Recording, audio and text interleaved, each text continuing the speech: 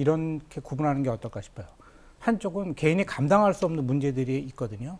예를 들면은 죽음이라든가 아니면 불의의 사고라든가 그러면은 개인이 감당할 수가 없어요.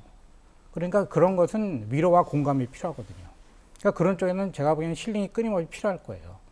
근데 다른 한쪽을 보자면은 그건 사회적인 문제들이 있어요. 예를 들어 해고라든가 실직, 복지 문제라든가 이런 건 개인이 해결할 수 없거든요. 그러니까 예를 들어서 제가 이제 실직을 했는데 힐링이 어떻게 되겠어요?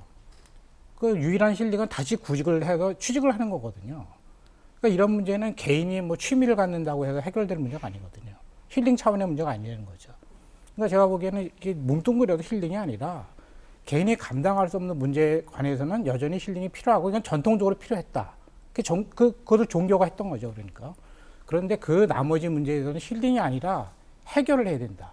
어차피 개개인이 자신의 삶을 책임지고 있다라고 생각을 하게 됐을 때는 모든 개인은 자기 문제를 나름대로 자기가 감당해야 되고 해결해야 되거든요. 그랬을 때 그 문제 자체를 내가 해결을 할 수 있다라고 믿을 때는 사실은 뭐 힐링이 전혀 필요 없다는 건 아니지만은 뚜벅뚜벅 그 문제를 향해서 걸어가고 또 나름대로 해결을 하면 되는 거죠. 그런데 나에게 주어진 문제가 뭔지조차 모르고 단지 내가 원하는 상태가 되지 않으니까 괴롭고 힘들다 라는 그 심리 상태에서 힐링이라는 것이 마치 내 문제를 해결해 줄 수 있을 거라고 믿을 때 이것이 사실은 한국 사회에서 일어나고 있는 힐링 열풍하고 맥을 같이 하는 거거든요.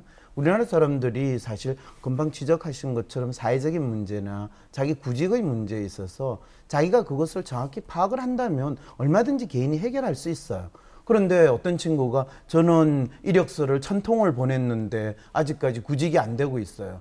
그랬을 때 제가 해줄 수 있는 이야기는 얘야 너가 1000통을 보냈다라고 이야기하지 말고 그 1000통 중에 어느 한 통이라도 제대로 다른 사람의 관심을 끌 수 있도록 마치 한 통을 쓰더라도 1000통을 쓰는 그 마음으로 한번 써봤니? 라고 하면 그냥 보내면 되지 않아요? 이런 심리 상태에서 자기 문제를 해결하면 그거는 완전히 삽질이죠.